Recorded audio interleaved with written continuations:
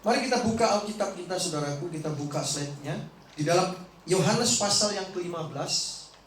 Yohanes pasal yang ke-15, kita baca dari ayat pertama sampai dengan ayat yang ke-8. Ya, Injil Yohanes pasal 15 ayat yang pertama sampai dengan ayat yang ke-8. Ya, judulnya pokok anggur yang benar. Saya akan bacakan Bapak Ibu. Akulah pokok anggur yang benar, dan Bapakkulah pengusahanya. Setiap ranting padaku yang tidak berbuah, dipotongnya. Dan setiap ranting yang berbuah, dibersihkannya, supaya ia lebih banyak berbuah. Kamu memang sudah bersih karena firman yang telah kukatakan kepadamu. Tinggallah di dalam aku dan aku di dalam kamu. Sama seperti ranting tidak dapat berbuah dari dirinya sendiri kalau ia tidak tinggal pada pokok anggur. Demikian juga kamu tidak berbuah jikalau kamu tidak tinggal di dalam aku. Akulah pokok anggur dan kamulah ranting-rantingnya. Barang siapa tinggal di dalam aku dan aku di dalam dia, ia berbuah banyak. Sebab di luar aku kamu tidak dapat berbuat apa-apa. Barang siapa tidak tinggal di dalam aku, ia dibuang keluar seperti ranting menjadi kering. Kemudian dikumpulkan orang dan dicampakkan ke dalam api lalu dibakar. Jikalau kamu tinggal di dalam aku dan firmanku tinggal di dalam kamu, mintalah apa saja yang kamu kehendaki dan kamu akan menerimanya. Perhatikan dalaman. Dalam hal inilah Bapakku dipermuliakan, yaitu jika kamu berbuah banyak, dan dengan demikian kamu adalah murid-muridku. Puji Tuhan. Nah, Bapak Ibu Saudaraku dikasih oleh Tuhan, hari ini firman Tuhan berkata secara pribadi kepada kita semua. Di dalam Injil Yohanes ini, saudaraku, pasal 15, ya, yaitu tentang pokok anggur, tentang ranting, tentang buah. Nah, siapa pokok anggurnya, saudara? Yesus adalah pokok anggur yang benar. Yang setuju katakan amin. Dan siapa rantingnya?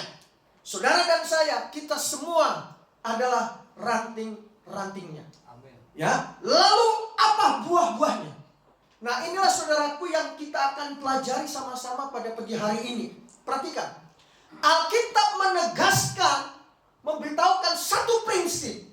Bahwa di luar Yesus, kalau ranting itu tidak melekat pada pokok anggur, tidak tinggal di dalam Yesus, dipastikan 100% Anda tidak akan bisa berbuah.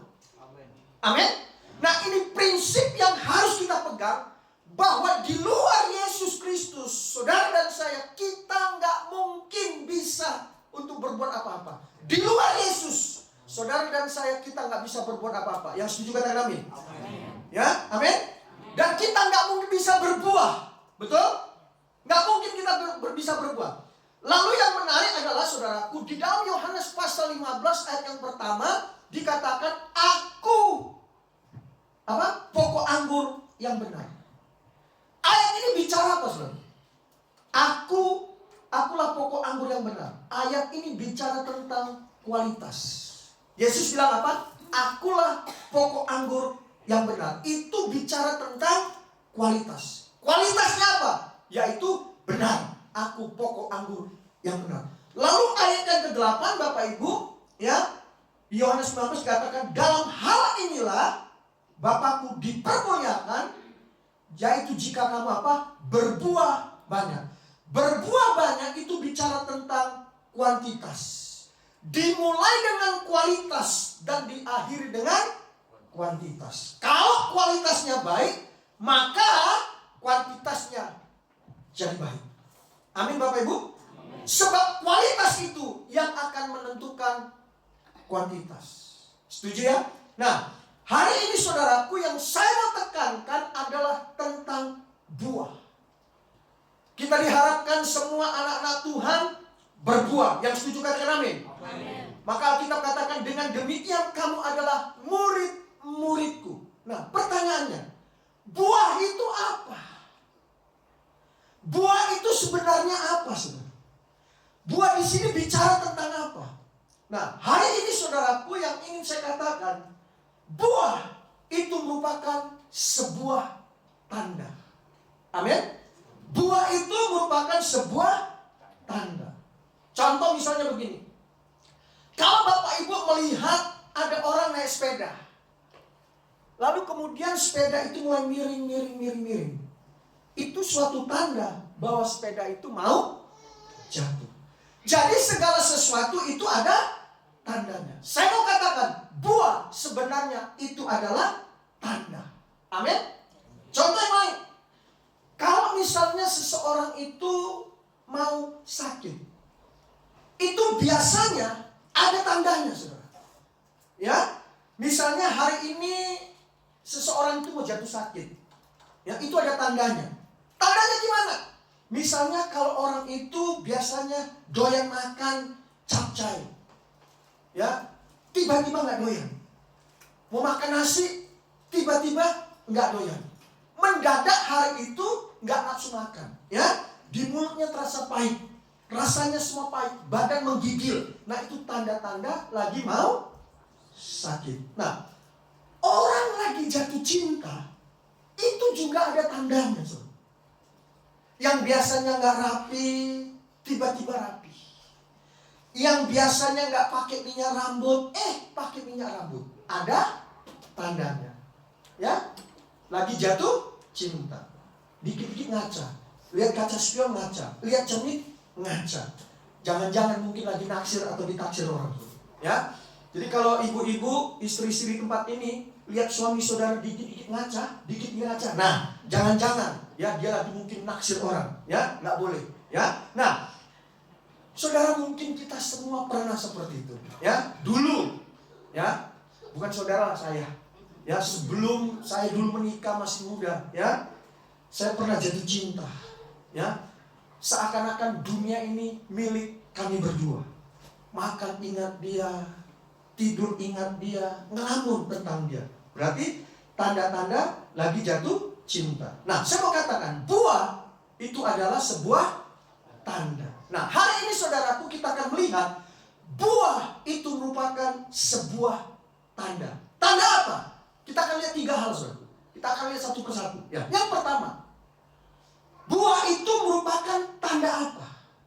Buah itu yang pertama merupakan tanda kehidupan. Kalau saudara melihat sebuah pohon sedang berbuah, berarti pohon itu apa? Ada kehidupan. Nah, yang dimaksud Yesus dalam Injil Yohanes pasal 15, apabila satu pohon itu berbuah, berarti apa? Berarti ada tanda kehidupan. Yang setuju katakan amin. Nah, sekarang yang perlu dipertanyakan untuk bagian yang pertama ini, saya mau tegaskan, orang Kristen yang rohaninya nggak hidup bisa berbuah nggak? Nggak bisa. Betul?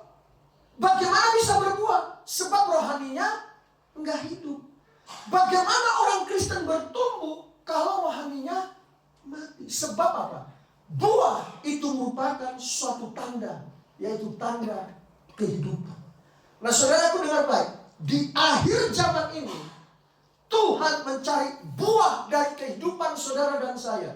Ya, Alkitab katakan dalam Yohanes pasal 15 ayat 2, setiap ranting yang tidak berbuah, Alkitab bilang apa? Akan dipotong.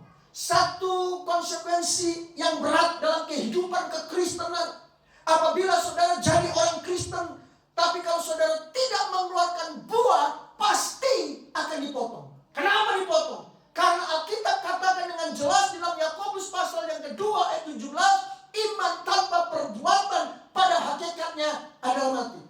Boleh saja saudara berkata, saya orang Kristen, KTP saya Kristen, saya anggota gereja di GPDI, di Permata Pamulang, saya sudah dibaptis, tapi itu tidak menjamin saudara. Kenapa? Sebab saya percaya bahwa iman itu akan nyata kalau disertai dengan perbuatan.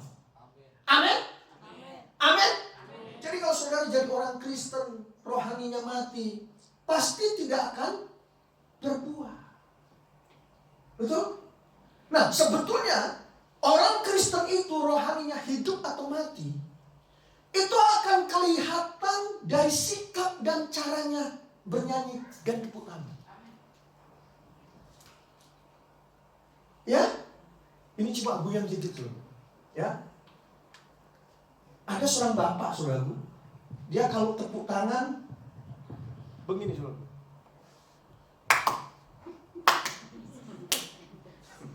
Yang mungkin dulu kebiasaannya sebelum bertobat suka Dia kalau di gereja tepuk tangannya buat begini. Ada seorang bapak kalau tepuk tangannya begini. Jangan-jangan mantan pedagang kain, saudara.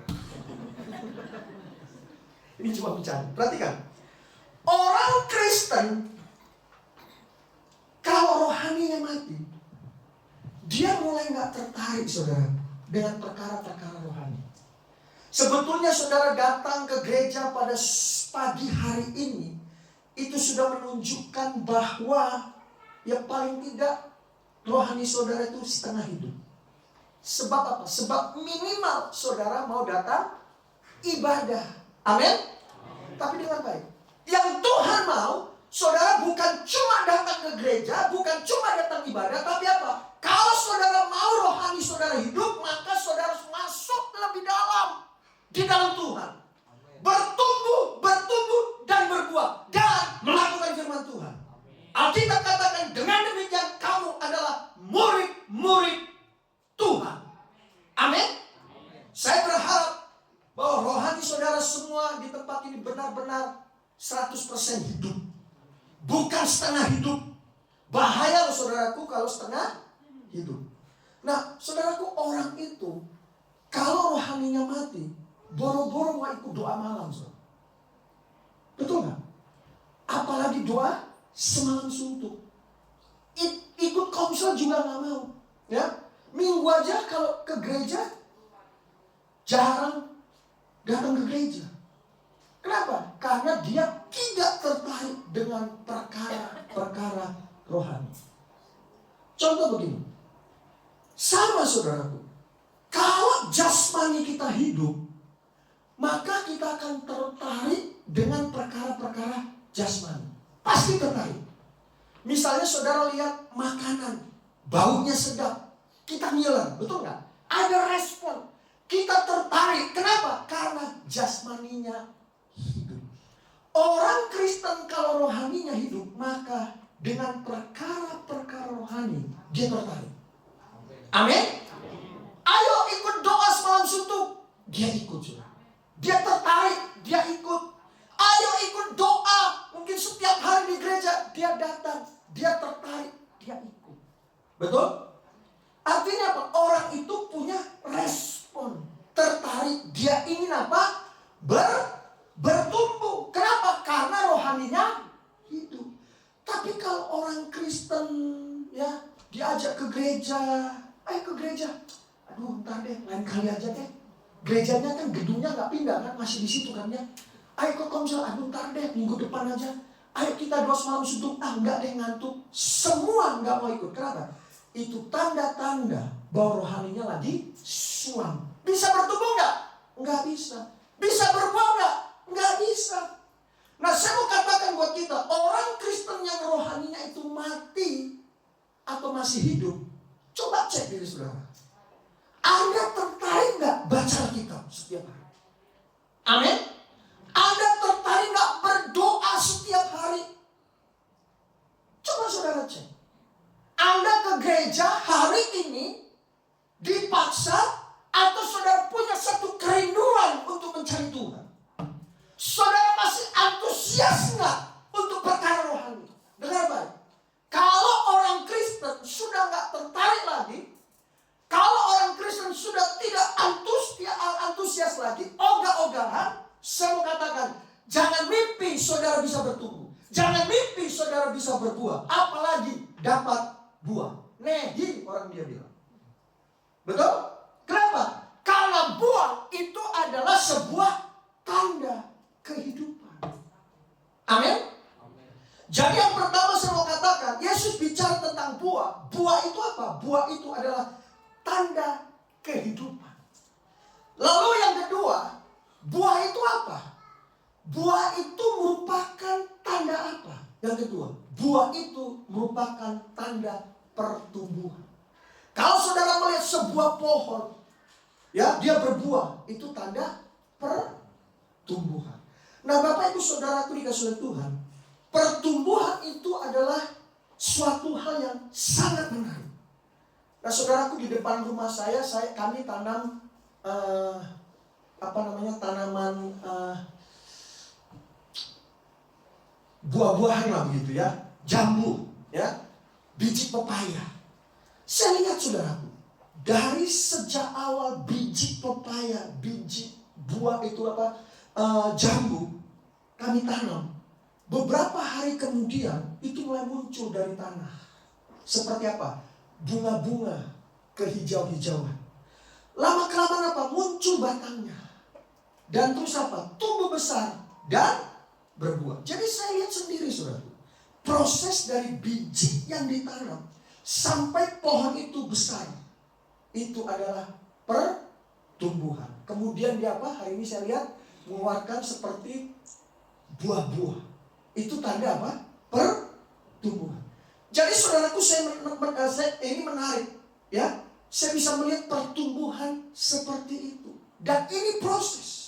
Saya mau katakan, buah yang pertama adalah tanda kehidupan.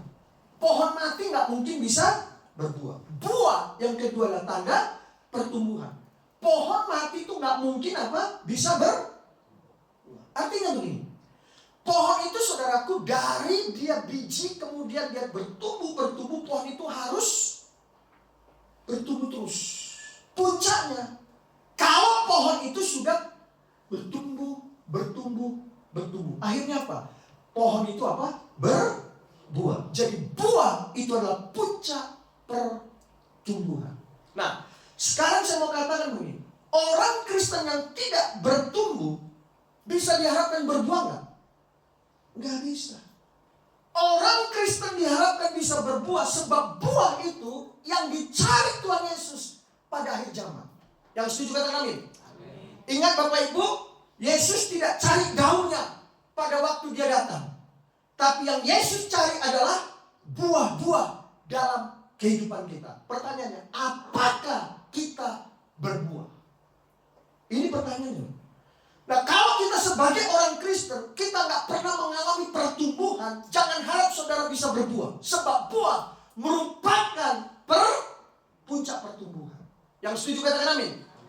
Ingat, Yohanes 15 ayat yang kedua katakan, setiap ranting yang padaku yang tidak berbuah, dikatakan dipotong dan ditebang.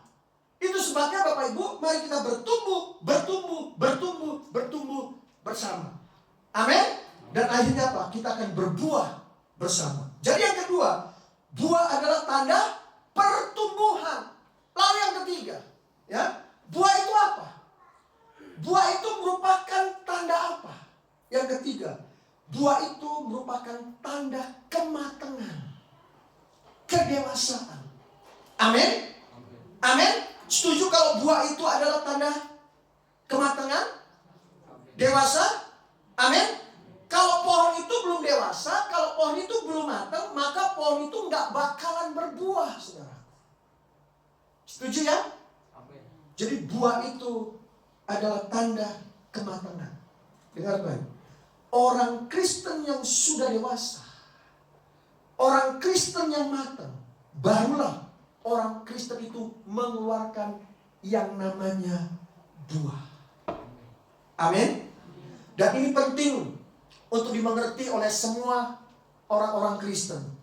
Prinsip yang harus kita pegang, kalau kita mau menjadi orang Kristen yang berbuah lebat, yang dicari Yesus pada akhir zaman, maka marilah kita menjadi orang Kristen yang dewasa. Coba saudara cek, ya, saudara sudah menjadi orang Kristen yang dewasa belum? Nah, ada dua tanda, ada dua ciri orang Kristen yang dewasa. Saya mau katakan, kedewasaan, kematangan rohani orang Kristen itu tidak ditentukan oleh karena rambutnya sudah ubanan. Kematangan kedewasaan rohani orang Kristen tidak ditentukan karena usianya sudah lansia. Rambutnya udah putih loh, ubanan. Oh, berarti dia sudah matang. Belum tentu. Kepalanya botak loh, udah matang. Belum tentu. Betul? Belum tentu. Orang Kristen yang dewasa, orang Kristen yang matang, tidak diukur, tidak dilihat karena rambutnya sudah ubanan atau kepalanya botak. Tapi perhatikan, Ciri tanda orang Kristen yang dewasa, yang matang, yang pertama, dia tidak mementingkan dirinya sendiri. Dia tidak egois. Amin.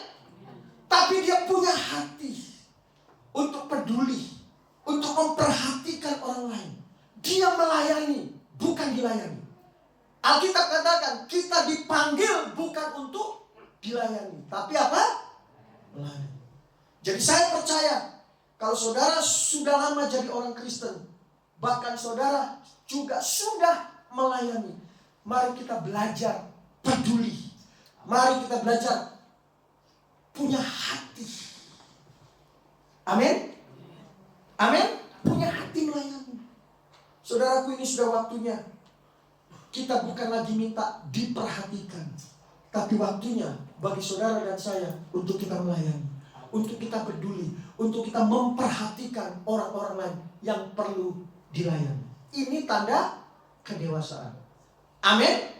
Jadi bukan bicara tentang masalah usia, tapi itu bicara tentang karakter. Yang menjadi masalahnya begini, saudara. Banyak orang di dalam gereja, walaupun sudah lama, ya, di tempat ini nggak ada, ya, banyak orang dalam gereja sudah lama jadi Kristen, dan dia merasa dan ngomong begini, saya kurang dihormati di gereja ini, saya kurang diperhatiin di gereja ini, saya kecewa. Ini namanya Kristen bayi, belum dewasa. Walaupun sudah puluhan tahun jadi jemaat, walaupun sudah puluhan tahun jadi orang Kristen. Betul? Lalu kemudian tanda ciri orang Kristen yang dewasa matang adalah yang kedua, memiliki tanggung jawab. Bertanggung jawab. Apa itu tanggung jawab? Artinya, apa yang kita janjikan, kita lakukan. Itu bertanggung jawab. Banyak orang, saudara, termasuk orang Kristen, suka apa? Janji-janji, tapi enggak ditepati. Kenapa? Karena janji itu adalah hutang. Ini namanya tandanya tidak bertanggung jawab. Nah, ini penting Bapak Ibu, karena ini bicara tentang tanggung jawab. Contoh yang lain yang sepele, misalnya saudara pelayanan di gereja ini, apa yang sudah dipercayakan kepada saudara, misalnya sebagai kolektan, aser, LCD, musik, WL, singer, ya, itu satu tanggung jawab yang sudah diberikan kepada saudara. Kalau saudara betul-betul dewasa di dalam Tuhan, saudara dewasa di dalam iman, saudara dewasa di dalam rohani, maka saudara akan mengerti dan mengerjakan dengan penuh tanggung, dan saudara akan serius dengan sepenuh hati untuk melakukannya. Ya, saudara tidak akan pernah datang terlambat ke gereja. Saudara, saya tinggal di Kalideres, jam 7 pagi saya sudah datang, jam 8.30 saya sudah ada di wilayah ini. Tadi mampir ke rumah Bapak Gembala. Ya, jadi kalau saudara, ya, orang Kristen yang dewasa dalam iman, dewasa dalam rohani, pelayanan, datang ke gereja, tidak boleh telat. Yang setuju katakan amin. Kalau saudara dewasa, matang, berarti saudara tidak mementingkan diri sendiri dan saudara bertanggung jawab. Saya percaya, kalau saudara matang, saudara dewasa, maka pelayanan apapun yang dipercayakan kepada saudara, maka engkau lakukan semuanya untuk Tuhan dengan segenap hati. Coba lihat Kolose pasal 3 ayat yang ke-23. Kolose pasal 3 ayat yang ke-23. Kolose pasal 3 ayat yang ke-23. Coba lihat.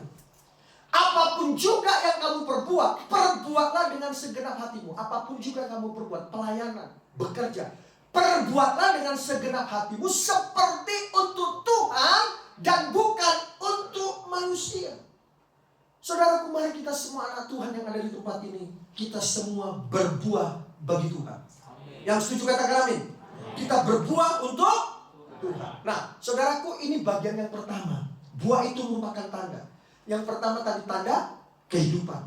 Yang kedua tanda pertumbuhan. Yang ketiga tanda kematangan. atau kedewasaan. Nah, sekarang kita masuk bagian yang kedua.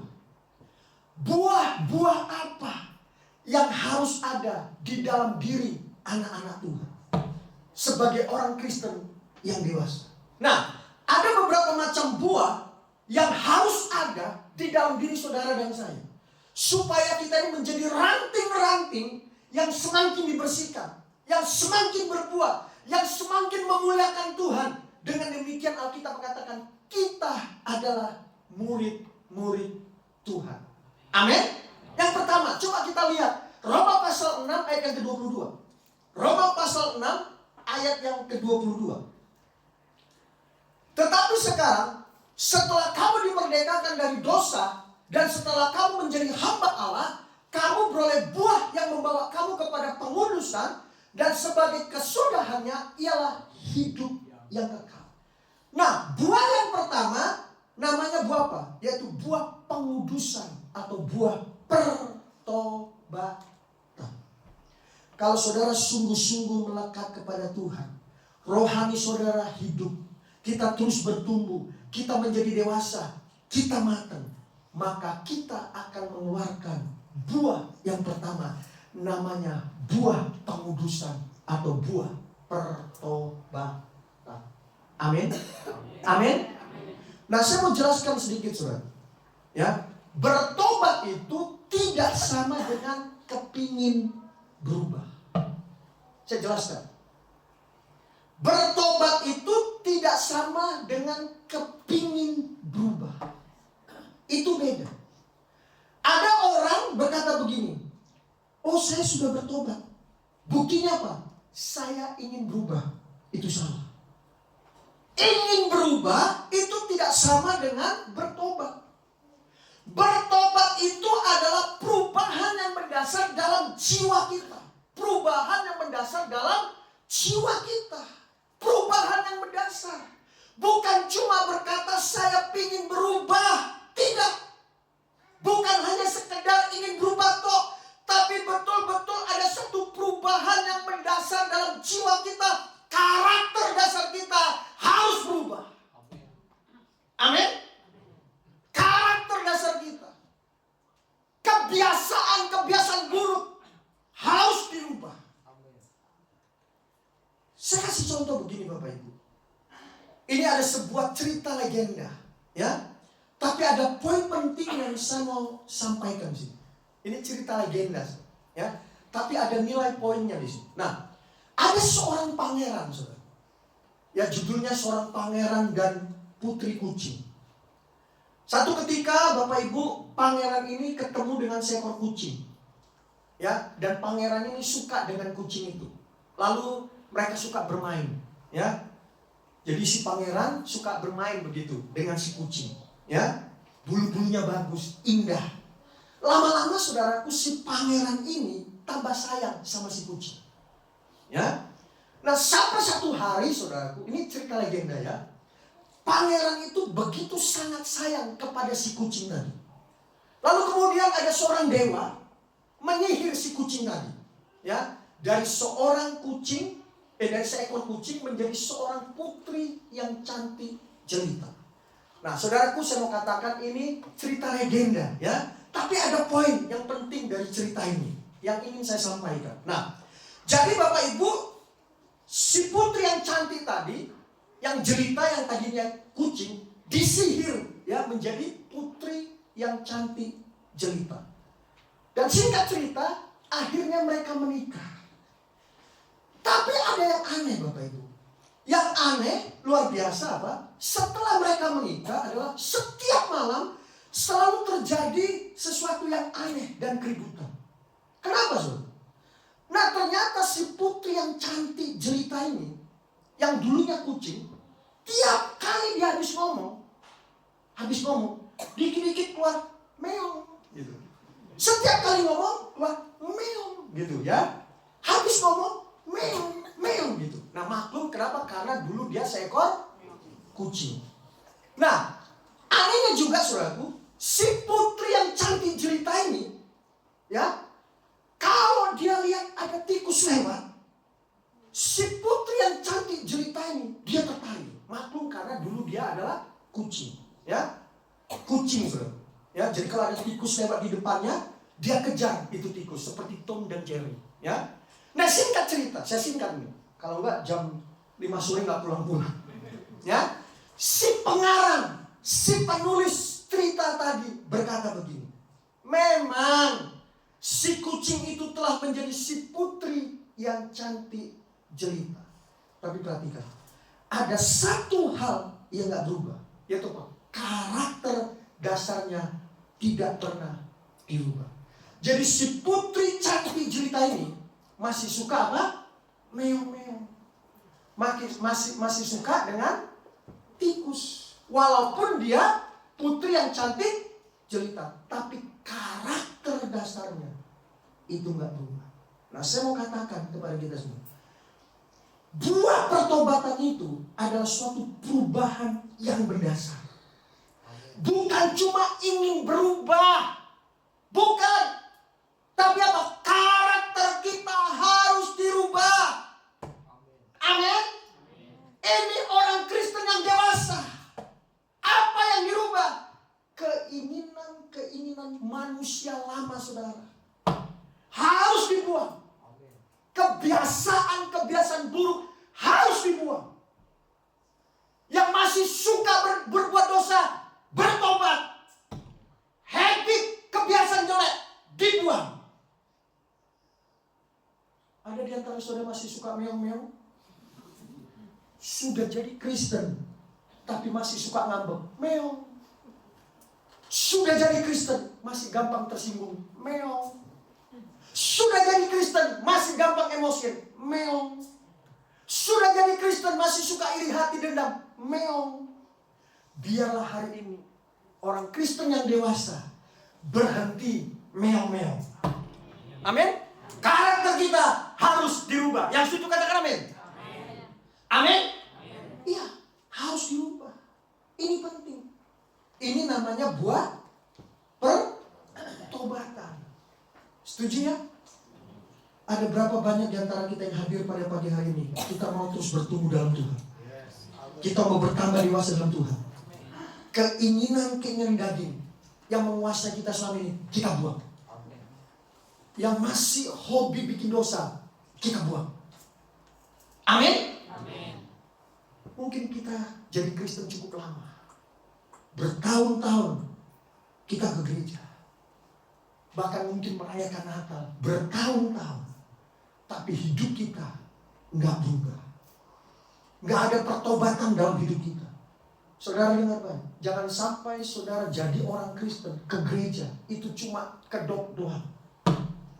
Kita tutupi diri kita, hidup kita penuh dengan sandiwara. Kita ubah, saudara. Amin. Amin. Akhirnya apa? Kita menjadi orang Kristen yang gak bahagia. Siapa orang Kristen yang gak bahagia? Yaitu orang Kristen yang menutupi dirinya dan suka bertanya. Hidupnya penuh dengan sandiwara. Di gereja, pelayan Tuhan. Begitu kita keluar dari gereja, topeng pelayan Tuhan kita lepas. Kita sama dengan orang dunia. Kita gak berubah. Saya berdoa supaya setiap kita yang ada di tempat ini, hidup kita berbuah dewasa, kita berubah. Yang setuju katakan amin. Saudaraku, Tuhan mau saudara dan saya kita menjadi orang Kristen yang betul-betul 100% berubah total. Dari kehidupan yang lama menjadi kehidupan yang baru. Amin. Bukan cuma penampilan luar toh yang diubah. Seringkali kita cuma penampilan luar yang diubah, tapi manusia batinnya kita nggak ubah. Hidup kita harus berubah. Kita akan masuk di penghujung akhir, dan kita akan masuk tahun baru. Hidup kita harus berubah. Karakter kita harus dirubah. Yang setuju katakan amin. Itulah hasil dari apa? Pengudusan atau pertobatan. Ya, jadi menjadikan rohani kita terus bertumbuh matang di dalam Tuhan. Nah, pertanyaan buat kita, ada nggak buah pertobatan dalam diri kita? Ya, yang dulunya masih suka korupsi, Yang dulunya masih suka nipu, yang dulunya masih suka nilep, yang dulunya masih suka selingkuh. Saudaraku, ada seorang bapak pernah ngomong begini ke saya.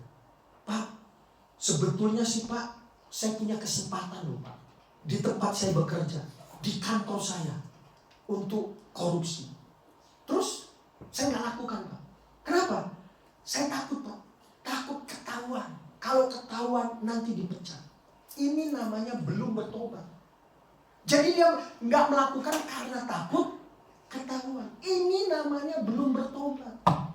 Orang seperti ini belum bertobat. Hobinya tetap sama. Cuma takut ketahuan. Makanya bertobat itu dari dasar yang paling dalam. Amin. Anak Tuhan yang memiliki buah pengudusan, buah pertobatan, dia gak suka korupsi lagi. Dia gak suka duit panas. Dia gak suka nipu sana sini. Hidupnya benar, hidupnya kudus, hidupnya takut akan Tuhan, cinta Tuhan sungguh-sungguh. Amin. Kenapa? Karena karakternya sudah berubah. Mari karakter kita harus dibuat. Berubah, amin. Kok saudara melotokin saya sih? Hah? Yang pertama, kita harus memiliki buah pertobatan. Yang kedua, buah yang harus dimiliki dalam hidup kita namanya buah apa? Efesus pasal 5 ayat yang ke-8 dan 9. Efesus pasal 5. Efesus pasal 5 ayat 8 dan 9. Memang dahulu kamu adalah kegelapan, tetapi sekarang kamu adalah terang di dalam Tuhan. Sebab itu hiduplah sebagai anak-anak terang. Ayat yang 9. Karena terang hanya berbuahkan kebaikan dan keadilan dan kebenaran. Jadi buah yang kedua saya sebut namanya buah terang. Buah apa? Buah terang. Buah terang di dalam Efesus pasal 5 ayat 8 dan 9 dikatakan kebaikan, keadilan, kebenaran. Itulah terang. Karena terang hanya berbuahkan kebaikan, keadilan, dan kebenaran. Terang itu artinya apa? Ya hidup.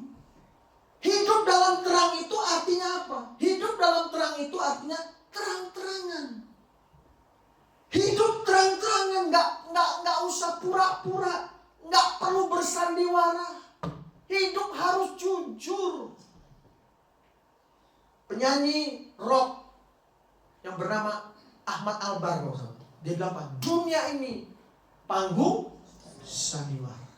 Anak Tuhan tidak boleh hidup bersandiwara.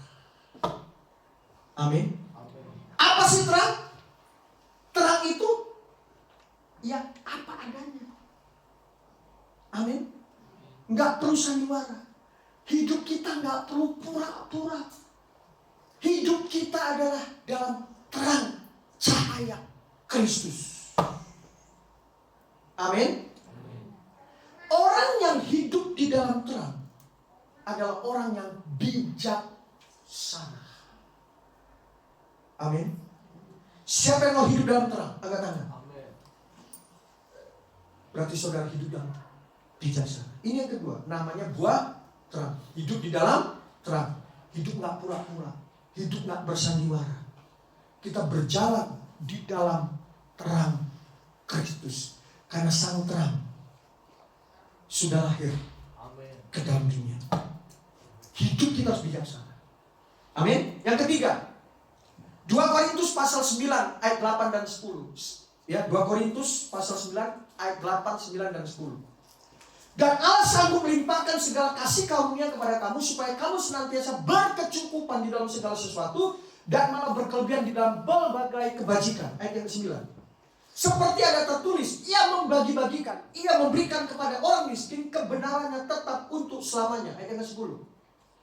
Ia yang menyediakan benih bagi penabur dan roti untuk dimakan. Ia juga yang akan menyediakan benih bagi kamu dan melipat gandakannya dan menumbuhkan buah-buah kebenaran.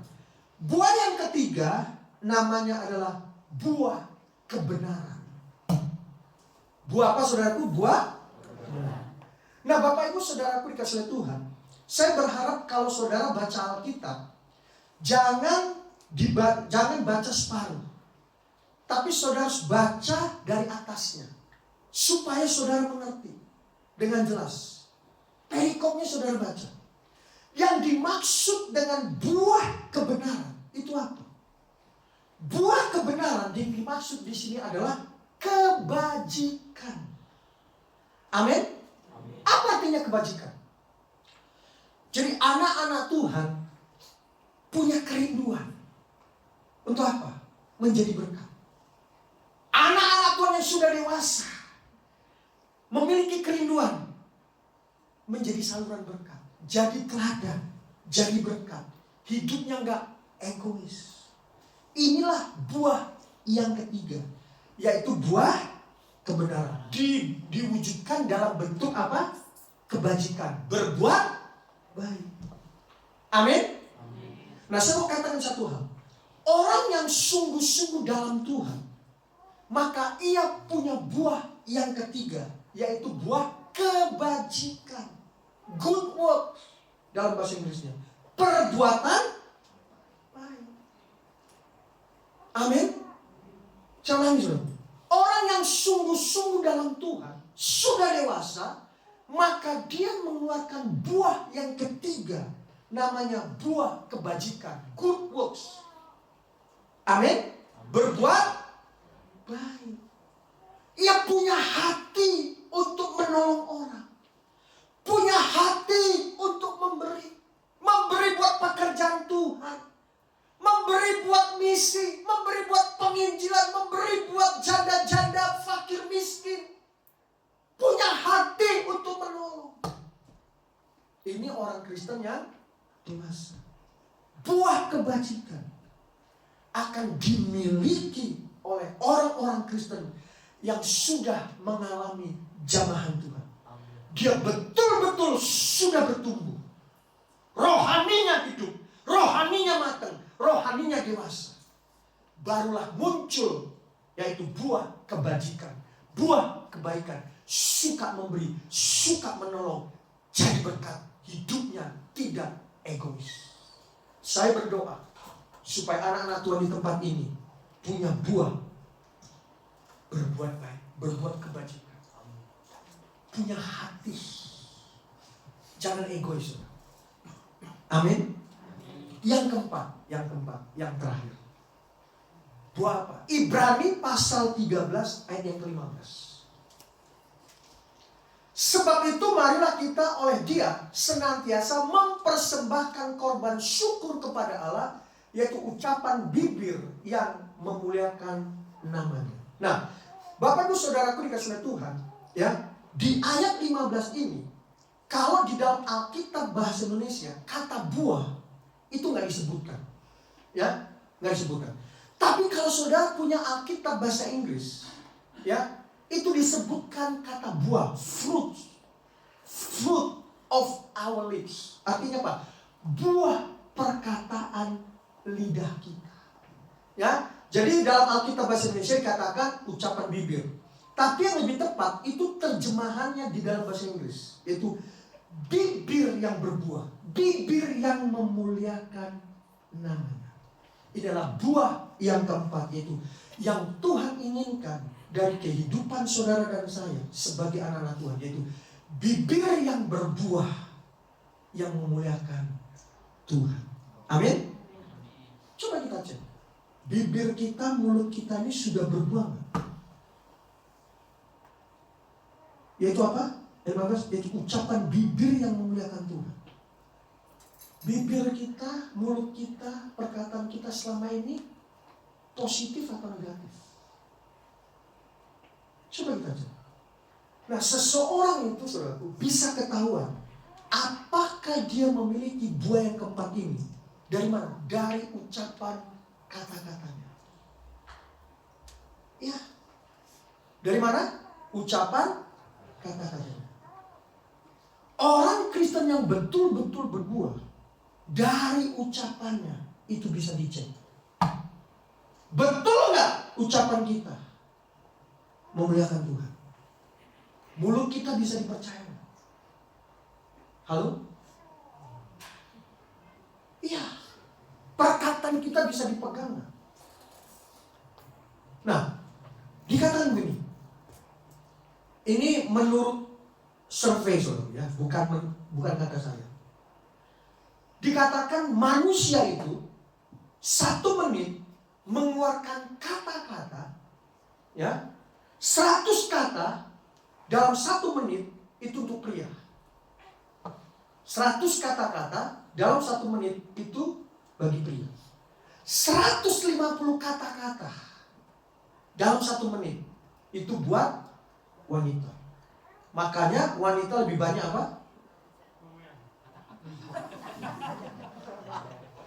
Biasanya wanita lebih banyak cerewet, bawel, betul? Kok pada diem? Ini bukan kata saya, kata statistik, ya. Jadi kalau pria berkata-kata 100 kata, wanita 150. Makanya kalau ada cowok pria yang bawel, cerewet, ngomongnya kebanyakan, dibilang apa? Dasar mulut. Saudara yang ngomong. Maaf ini, wanita-wanita, ibu-ibu, ya, bukan kata saya, tapi kata statistik. Nah, kalau kata-kata ini ditotal semuanya, sehari, seminggu, sebulan, setahun, itu bisa menghasilkan berapa buku? Puluhan buku. 1 buku berapa ratus halaman. Itulah hebatnya manusia. Bahkan kita disebut pengarang buku yang canggih, katanya. Lalu kemudian pertanyaannya adalah, judul bukunya apa? Dari kata-kata yang keluar dari mulut perkataan manusia, dari mulut perkataan saudara dan saya, bisa menghasilkan puluhan buku. 1 buku ratusan lembar halaman. Cuma pertanyaannya, judul bukunya apa? Kira-kira judul bukunya adalah gosip. Makin digosok makin. Coba kita cek hari ini, kata-kata yang keluar dari mulut kita setiap hari apa? Apakah kita sudah mengeluarkan buah bibir, buah perkataan yang memuliakan kita? Atau setiap hari kita maki-maki orang? Halo? Saudara, ada 1 survei, saya bisa minta air nggak, Pak?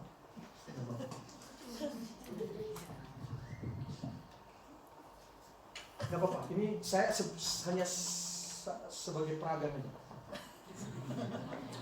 Saudara, saya pernah melihat 1 tayangan di YouTube. Ada seorang profesor dari Jepang pernah mengadakan sebuah riset terhadap air.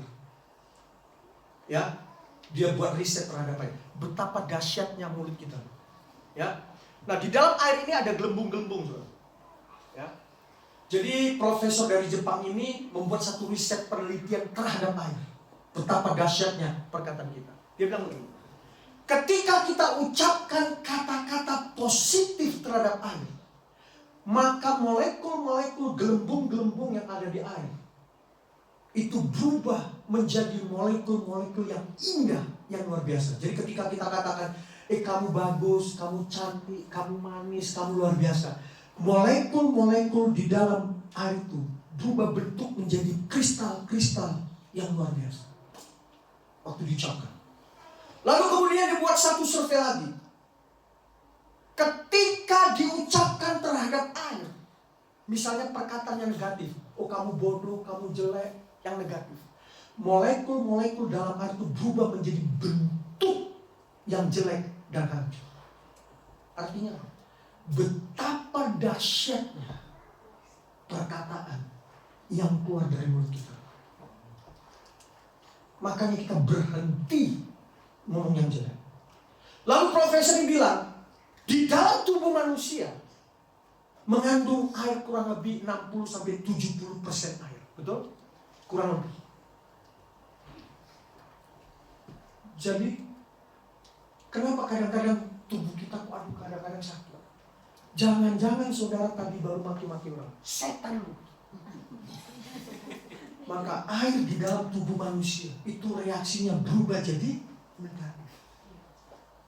Berhenti ngomong yang negatif. Betapa dahsyatnya loh. Air. Kamu jelek, berupa negatif. Kamu bagus, kamu indah. Molekul-molekul dalam air itu berubah menjadi bentuk yang luar biasa. Nanti saudara bisa lihat di YouTube. Saya lupa judulnya. Coba kita cek hari ini. Mulut bibir kita selama ini memuliakan Tuhan atau jelekin orang? Amin. Nah saudaraku, ketika seseorang punya masalah, di situ baru bisa kelihatan orang itu bibirnya memuliakan Tuhan atau enggak. Dia berkata negatif atau positif. Betul saudara? Ketika saudara menghadapi masalah, ketika seseorang menghadapi persoalan, gesekan, di situ baru kelihatan bibirnya memuliakan Tuhan atau enggak. Bibirnya sudah berubah enggak? Halo? Amin? Kalau bibirnya sudah berbuah, maka yang keluar pasti yang bagus. Pasti yang positif. Dia akan selalu mengucap syukur. Amin? Amin? Coba saudara ceklah. Bibir kita ini sudah bertobat belum? Jangan ceknya di gereja, di luar sana. Sebab kalau di gereja dengan di luar sana pasti beda. Betul nggak? Coba kalau di gereja, waktu ketemu orang, apa kabar bro? Puji Tuhan. Apa kabar sis? Puji Tuhan. Kata-katanya manis dan indah. Coba kalau di luar sana. Coba cek. Misalnya saudara lagi naik kendaraan, tiba-tiba diserempet sama tukang ojek. Shh. Yang keluar apa? Puji Tuhan Pak. Atau setan. Betul nggak? Di situ baru ketawa. Kenapa? Sebab yang bersifat tiba-tiba, yang bersifat spontan, itu nggak bisa ditutup-tutupi. Betul? Kalau saudara sudah terbiasa ngomong yang negatif, setan lu. Maka ketika saudara diserempet bajai, diserempet tukang ojek, yang keluar apa? Oh setan. Kasihan setan, betul nggak? Jadi kambing hitam. Yang nabrak saudara tapi yang jadi kambing hitam setan. Tapi kalau saudara terbiasa mengucap puji Tuhan, haleluya, diserempet tukang ojek, puji Tuhan, haleluya. Begitukah? Halo? Loh, kok pada tertawa? Dari situlah ketahuan. Kalau semuanya keadaan baik, engkau bisa berkata puji Tuhan, haleluya. Tapi ketika saudara diizinkan masuk dalam lembah kekelaman, bisa nggak saudara berkata Tuhan itu baik? Amin. Kalau semuanya baik, engkau berkata aku cinta Tuhan, itu biasa.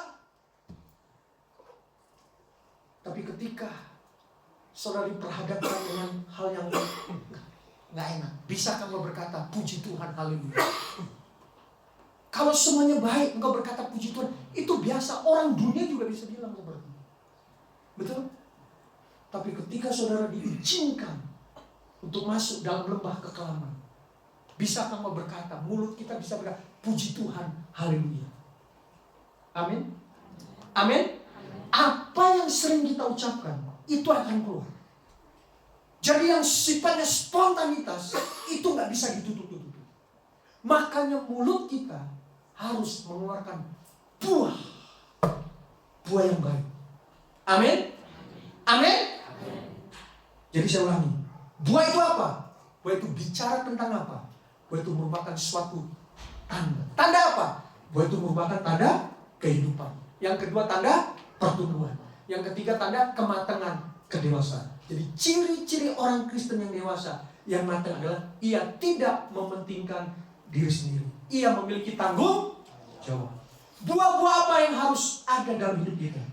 Yang pertama, buah pertobatan, buah pengudusan. Yang kedua, buah terang. Yang ketiga, buah kebenaran. Yaitu apa? Kebajikan. Yang keempat, yaitu bibir yang memuliakan nama Tuhan. Kalau kita semua memiliki ini semua, maka kita akan menjadi ranting yang terus dibersihkan supaya kita terus semakin berbuah. Saya berdoa kita semua terus berlomba untuk mengeluarkan buah-buah untuk kemuliaan bagi nama Tuhan. Mari kita sembah.